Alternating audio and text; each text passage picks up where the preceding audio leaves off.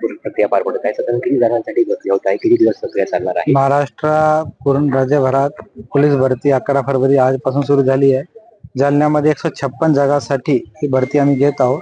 जवळपास 9,600 कॅन्डिडेट याच्यामध्ये अप्लाय झालेले आहे आणि ही प्रक्रिया आजपासून सुरू झालेली आहे.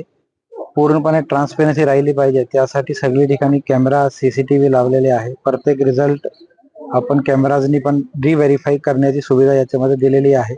स्टॉपवॉच पण आहे आणि टेक्नॉलॉजी पण आहे आणि पूर्णपणे ट्रान्सपेरंट पद्धतीमध्ये भरती घेतली जाईल याची पूर्ण काळजी आम्ही घेत आहोत.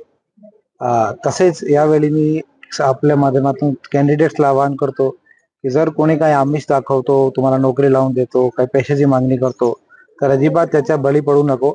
अजिबात कुठला स्कोप नाही आहे. तो तुमचीच फसवणूक करण्यासाठी असा काही करत असेल तर कोणी अशी आमिष दाखवतो लगेच जवळच्या पोलीस स्टेशन किंवा पण कंट्रोल रूमला माहिती द्यावी.